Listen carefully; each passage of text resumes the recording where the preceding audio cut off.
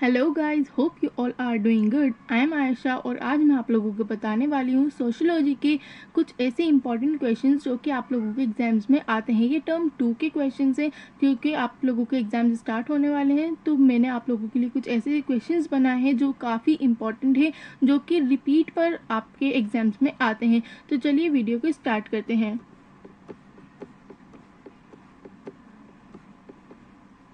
यहाँ पे मैंने कुछ 10 क्वेश्चन ऐसे बनाए हैं जो कि बहुत इंपॉर्टेंट है, जिसमें से फर्स्ट क्वेश्चन है, उपनिवेशवाद का हमारे जीवन पर किस प्रकार का प्रभाव पड़ा है।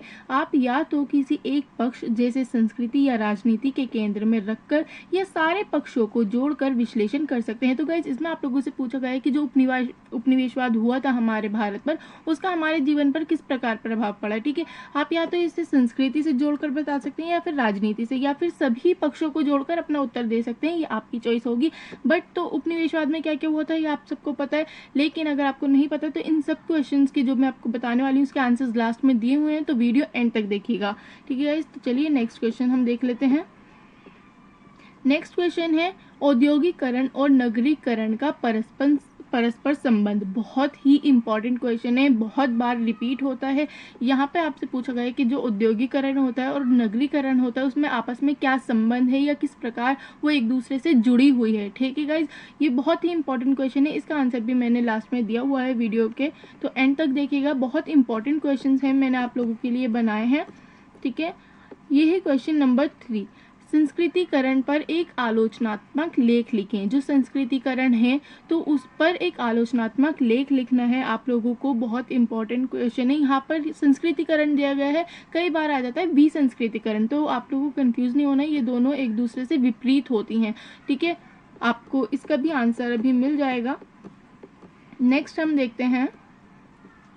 नेक्स्ट यहाँ पे दिया हुआ है लघु निबंध लिखें। ठीक है, क्वेश्चन नंबर 4 में यहाँ मैंने दिया है लघु निबंध लिखें। इसमें आप लोगों से पूछा जा सकता है सरकार और धर्मनिरपेक्षता, संस्कार और धर्मनिरपेक्षीकरण, जाति और धर्मनिरपेक्षीकरण, लिंग और सांस्कृतिककरण। ठीक है, इन तीनों में से कोई एक क्वेश्चन आपका बनकर आ सकता है कि संस्कार और धर्मनिरपेक्षीकरण क्या है, या इन दोनों पर लेख लिखें, निबंध लिखें, या जाति और धर्मनिरपेक्षीकरण या लिंग और संस्कृतिकरण पर आ सकता है। इन तीनों में से कोई एक आ सकता है, तीनों बहुत इंपॉर्टेंट है, मैंने इसके भी आंसर नीचे दिए हुए हैं। ठीक है, अब हम अपना देखते हैं 5th क्वेश्चन। तो यहाँ पे दिखा हुआ है, नीचे लिखे गए गद्यांश को पढ़कर उनके उत्तर दीजिए। ठीक है, यहाँ पर एक गद्यांश सा दिया हुआ है आप लोगों को, इसमें यहाँ पे 2 क्वेश्चन दिए हुए हैं, इसके आप लोगों को आंसर देने हैं। तो आप लोग इनके काम कीजिए, स्क्रीनशॉट ले लीजिएगा। मैं आप लोगों को एक क्वेश्चंस पढ़ के सुना देती हूँ। मालिक राज्य की शक्ति को अपने हितों के लिए कैसे प्रयोग कर सकें, इस बारे में आप क्या सोचते हैं। सेकंड है, मजदूरों की कार्य दशा कठिन क्यों थी। ठीक है, ये दोनों क्वेश्चन बहुत इंपॉर्टेंट है कि जो मालिक राज्य की शक्ति होती है वो अपने हितों के लिए कैसे प्रयोग कर सकते हैं, और इस बारे में आप लोग क्या सोचते हैं। आपके विचार यहाँ पे प्रकट करने हैं इस गद्यांश को पढ़कर। ठीक है, इसके आंसर भी मैंने नीचे दिए हुए हैं, आप लोग वीडियो बहुत ध्यान से देखिए, बहुत ज़्यादा इंपॉर्टेंट क्वेश्चन है, आप लोगों के एग्जाम में ज़रूर आते हैं। ठीक है, यह है क्वेश्चन नंबर 6। भूमिहीन कृषि मजदूरों तथा प्रवसन करने वाले मजदूरों के हितों की रक्षा करने के लिए आपके अनुसार सरकार ने क्या उपाय किए हैं अथवा क्या किए जाने चाहिए। तो यहाँ पे भूमिहीन कृषि मजदूरों के बारे में, और प्रवसन करने वाले मजदूर कौन होते हैं, जो एक जगह से दूसरी जगह जाते हैं काम करने के लिए। और भूमिहीन कृषि मजदूर कौन होते हैं, जिनके पास भूमि नहीं होती, जिनके पास जमीनें नहीं होती, वो दूसरों की जमीनों पर जाके कृषि करते हैं, मजदूरी करते हैं। ठीक है, तो इन सब के लिए सरकार ने कौन कौन से उपाय किए हैं उनकी रक्षा के लिए, या क्या करने चाहिए, यहाँ पे ये आपसे पूछा गया है। बहुत इंपॉर्टेंट क्वेश्चन है, कई बार ये रिपीट हुआ है, इसलिए मैंने ये क्वेश्चन यहाँ पर डाला है। बहुत अच्छा क्वेश्चन है, आप लोग इसका भी आंसर अभी देखिएगा। ठीक है, नेक्स्ट क्वेश्चन है, उदारीकरण ने रोजगार के प्रतिमानों को किस प्रकार प्रभावित किया है। गाइज, मोस्ट इम्पॉर्टेंट क्वेश्चन है ये। ठीक है, यहाँ पे पूछा गया है कि उदारीकरण जो होता है उसने हमारे रोजगारों के प्रतिमानों पर किस रूप से प्रभाव डाला है या किस रूप से प्रभावित किया है। बहुत इंपॉर्टेंट क्वेश्चन है, उदारीकरण के बारे में ज़रूर आता है क्या, तो आपके पास आ जाएगा उदारीकरण क्या होता है, तो आप लोगों को पता होना चाहिए, इसका आंसर नीचे दिया हुआ है। ठीक है, अब हम देखते हैं नेक्स्ट क्वेश्चन कौन सा है। यहाँ पर भी मैंने जो क्वेश्चन बनाया है वो है, निम्न पर लघु टिप्पणी लिखें। ठीक है, ये 2 क्वेश्चन है। जैसे कि आ जाएगा आप लोगों के पास महिलाओं के आंदोलन या जनजातीय आंदोलन, या तो ये दोनों आ सकते हैं या फिर इन दोनों में से कोई एक। दोनों ही बहुत इंपॉर्टेंट है, दोनों के आंसर नीचे दिए हुए हैं कि महिलाओं के आंदोलनों के बारे में लिखिए, जनजातीय आंदोलन क्या है उनके बारे में लिखिए। ठीक है, नेक्स्ट क्वेश्चन हम देखते हैं, भारत में पुराने तथा नए सामाजिक आंदोलनों के बीच अंतर करना कठिन है, चर्चा करें। अब भारत में जो पुराने सामाजिक आंदोलन हुए थे और जो नए सामाजिक आंदोलन होते हैं उनके बीच अंतर करना कठिन है। कैसे, बहुत सी चीज़ें होती हैं जो एक जैसी होती हैं तो हम पता नहीं लगा पाते कि क्या पुराना है क्या नया है, तो इस बारे में आपसे ये पूछा जा सकता है। बहुत इंपॉर्टेंट क्वेश्चन है, आंसर आपको लास्ट में मिल जाएगा वीडियो के। हमारा 10th क्वेश्चन है, पर्यावरणीय आंदोलन प्रायः आर्थिक एवं पहचान के मुद्दों को भी साथ लेकर चलते हैं, विवेचना कीजिए। गाइज मोस्ट इंपॉर्टेंट क्वेश्चन, और मैं आपको बता दूं जब मैं 12th में थी तब मेरे पास ये क्वेश्चन आया था। बहुत ही इंपॉर्टेंट क्वेश्चन है। कई बार बच्चे घूम जाते हैं कि इसमें क्या लिखें, बट बहुत ही सिंपली इसका आंसर देना पड़ता है कि पर्यावरण जो आंदोलन होते हैं वो हमारी आर्थिक पहचानों के मुद्दे को साथ लेकर चलते हैं, इस पर आपको विवेचना करनी है। ठीक है, तो बहुत इंपॉर्टेंट क्वेश्चन है। चलिए अब हम इन सभी के क्वेश्चंस के आंसर्स देख लेते हैं। तो यहाँ पे आंसर नंबर 1 दिया हुआ है कि उपनिवेशवाद ने किस प्रकार हमारे ऊपर प्रभाव डाला था, या तो अपनी संस्कृति को लेकर या राजनीति को लेकर, किसी भी पक्ष को लेकर आप अपना आंसर दे सकते हैं। यहाँ मैंने आंसर दिया हुआ है कि ब्रिटिश उपनिवेशवाद जो कि पूंजीवाद पर आधारित था, इसने सीधे तौर पर निजी लाभ तथा ब्रिटिश पूंजीवाद के हितों पर अपना ध्यान केंद्रित किया। देखिए, सबसे पहले बात है आप लोगों को उपनिवेशवाद पता होना चाहिए कि उपनिवेशवाद क्या था। ठीक है, तो उपनिवेशवाद वो था जब जैसे कोई भी राज्य किसी भी राज्य पर शासन करता है, उसे उपनिवेशवाद कहते हैं।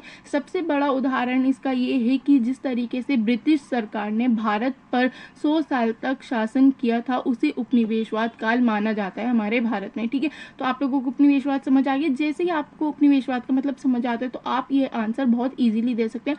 आप लोग इस आंसर का स्क्रीनशॉट ले सकते हैं गाइज। ठीक है, ये बहुत लंबा आंसर है, आपने इसका स्क्रीनशॉट ले लेना है। ठीक है, बहुत ही लंबा, ये देखिए यहाँ तक ये आंसर है, आप लोग इसके स्क्रीनशॉट ले लें। चलिए हम नेक्स्ट आंसर अब देखते हैं। ये है आंसर नंबर हमारा 2 कि औद्योगिकरण का संबंध क्या था। औद्योगिकरण के बारे में जो भी क्वेश्चन था, औद्योगिकरण का संबंध यांत्रिक उत्पादन के उद्देश्य से है जो शक्ति के गैर मानवीय संसाधनों जैसे वाष्प या विद्युत पर निर्भर होते हैं। जैसे कि मैंने आप लोगों को बताया, जब भी कोई क्वेश्चन आपका आता है, जैसे कि उदारीकरण हो गया, औद्योगिकरण हो गया, नगरीकरण, या कोई भी ऐसा क्वेश्चन हो गया, सबसे पहले आपको उसका मीनिंग बताना होगा उस आंसर में। चाहे क्वेश्चन कुछ भी पूछा जाए कि इसने हम पर किस तरह प्रभाव डाला या कुछ भी, बट सबसे पहले आप लोगों को उसकी डेफिनेशन लिखनी है, उसका मीनिंग वहाँ पे लिखना है, तभी आप लोगों को एक अच्छे मार्क्स मिल पाते हैं। यहाँ पर मैंने यही लिखा है कि औद्योगिकरण का संबंध किनसे था, यांत्रिक उत्पादन के उद्देश्य से। ठीक है, जो कि शक्ति, गैर मानवीय संसाधन जैसे वाष्प या विद्युत पर निर्भर होते हैं। फिर उसके आगे आपको अपना आंसर लिखना होता है। ठीक है गाइज, तो आप यहाँ पर इस आंसर का भी स्क्रीनशॉट ले सकते हैं। अगर मैं आपको ये पूरा आंसर पढ़ के सुनाने लगी तो वीडियो काफ़ी लंबा हो जाएगा।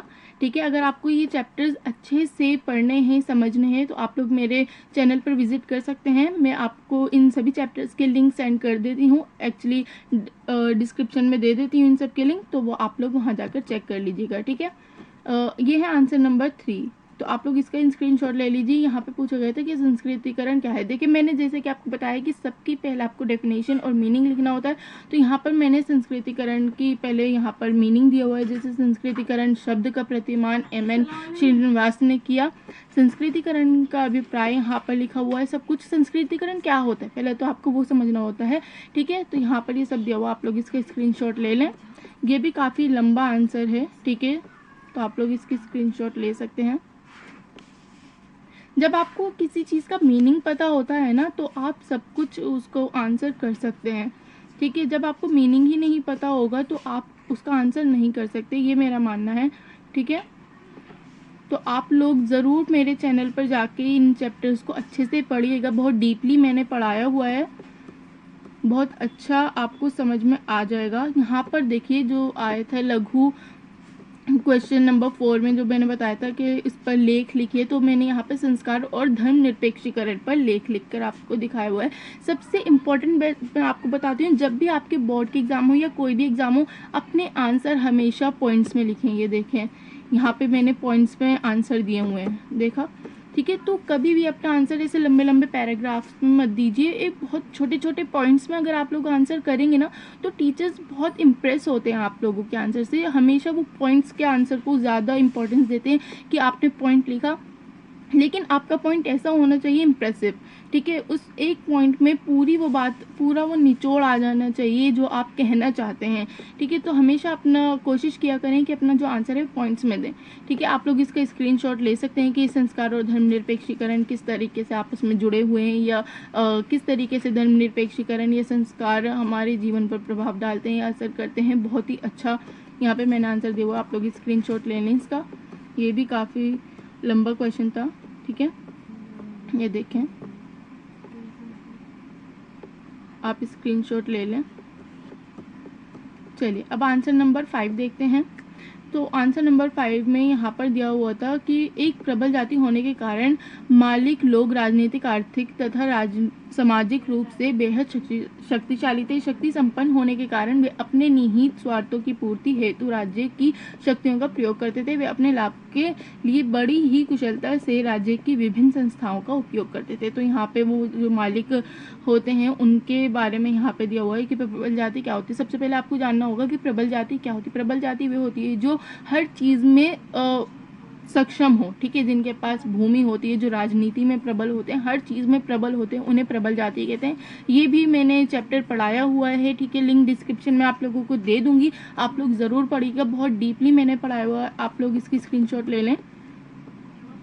ये है आंसर नंबर 6 की भूमिहीनों के संरक्षण के लिए जो उपाय सरकार ने किए हैं वो सब यहाँ पे दिए हुए हैं, और क्या करने चाहिए वो भी मैंने आप लोगों को यहाँ दिए हुए हैं। आप लोग इसकी स्क्रीनशॉट ले लें। कई कार्य किए हैं सरकार ने, ठीक है। आप लोग यहाँ से स्क्रीनशॉट ले लें। देखिए काफ़ी लंबे क्वेश्चंस हैं, काफ़ी लंबे आंसर्स हैं। गाइस जितना अच्छा आपका आंसर होता है ना, आप लोग जानते हैं नंबर उसी को मिलते हैं। और अभी मैंने आपको एक पॉइंट बताया कि अपने जो आंसर्स हैं वो पॉइंट्स में लिखें। कभी भी पैराग्राफ इतना टीचर्स पढ़ते नहीं है जितना पॉइंट्स ज़्यादा वो अच्छे से पढ़ लेते हैं। आंसर नंबर 7 देखते हैं। उदारीकरण के बारे में जो भी आया था कि उदारीकरण ने किस प्रकार प्रभाव डाला है। तो उदारीकरण के कारण भारतीय बाजारों तथा दुकानों में विदेशी सामान बड़ी सहजता से मिलने लगे हैं। इसके कारण कुछ श्रमिकों को अपने रोजगार के साथ हाथ धोना पड़ा है, ठीक है। तो उदारीकरण से बहुत से प्रभाव पड़े हैं, जैसे कि जो विदेशी सामान होता है वो हमारे बाज़ारों में आजकल मिलने लगा है, क्योंकि बाज़ार से इधर उधर आ जाता है बहुत आसानी से। विदेशों का सामान हमारे भारत में आ जाता है, भारत का सामान विदेशों में जाता है। बहुत से प्रभाव पड़े हैं, ठीक है। आप लोग इसका भी स्क्रीनशॉट ले लें, काफ़ी लंबा आंसर है ये भी। ये देखें, ठीक है। अब देखते हैं हम अपना आंसर नंबर 8, महिलाओं के आंदोलन, जो मैंने आपको बताया था इस पे लघु एक लेख लिखना है। तो यहाँ पे दिया हुआ है महिलाओं के आंदोलन कौन कौन से थे, 20वीं सदी में कौन से थे, और 1925 19वीं सदी में कौन से थे। यहाँ पे सारे जो भी हैं आंदोलन उनके थे वो दिए हुए हैं, ठीक है। महिलाओं के आंदोलन के देख लिया, अब हम देखेंगे जातीय आंदोलन के, ठीक है। तो यहाँ पे जातीय आंदोलन दे रखे हैं, जनजातीय आंदोलन कि जनजातियों ने किस तरीके से आंदोलन किए थे, उनके कौन कौन से आंदोलन थे, तो वो भी यही सब दिए हुए हैं। जैसे कि था सिंचाई परियोजना के लिए भूमि का अधिग्रहण, ये सारे बहुत इम्पोर्टेंट है, ठीक है। काफ़ी इम्पोर्टेंट पॉइंट्स हैं ये, अपने आंसर पॉइंट्स में लिखें, मैं बार बार यही बोल रही हूँ, ठीक है। ये देखें यहाँ पर भी बहुत लंबा आंसर है ये, आप लोग स्क्रीनशॉट ले लीजिएगा। नहीं समझ में आता है तो आप लोग ज़रूर चैप्टर्स इसके पढ़िएगा, मैंने लिंक दिए हुए हैं डिस्क्रिप्शन में। यह है पुराने सामाजिक आंदोलन और नए सामाजिक आंदोलन में जो अंतर था वो किस तरीके से पता लगाएं, तो ये उसका आंसर है। आप लोग इसका भी स्क्रीनशॉट ले लें, ठीक है।